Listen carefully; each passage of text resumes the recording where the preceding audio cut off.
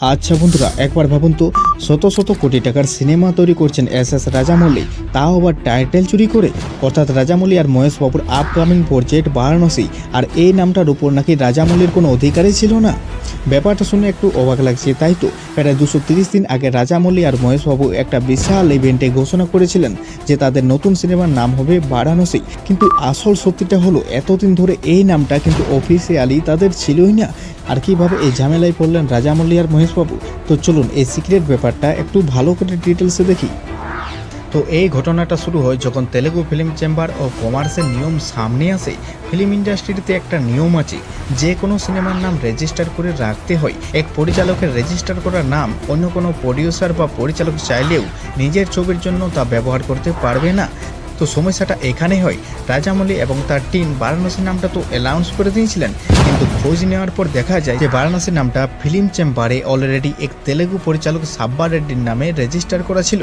এবার ভাবুন তো, রাজামৌলির মতো এত বড় মাপের ডাইরেক্টর একটা নাম অলরেডি অ্যানাউন্স করে ফেলেছেন, কিন্তু টেকনিক্যালি সেই নামটা অন্য একজনের। খবরটা বাইরে আসতে টলিউডে বিশাল ঝামেলা শুরু হয়, আর অনেকে বলা বলি শুরু করে দেন যে রাজামৌলিকে হয়তো বাধ্য হয়ে এই সিনেমার নাম বদলে ফেলতে হবে, কারণ সাব্বা রেড্ডি যদি এই নামটা না দেন তবে তার কাছে আর কোনো উপায় থাকবে না। তবে শেষ পর্যন্ত গল্পের টুইস্টে আসে সিনেমার প্রডিউসার KL নারায়ণের উদ্যোগে।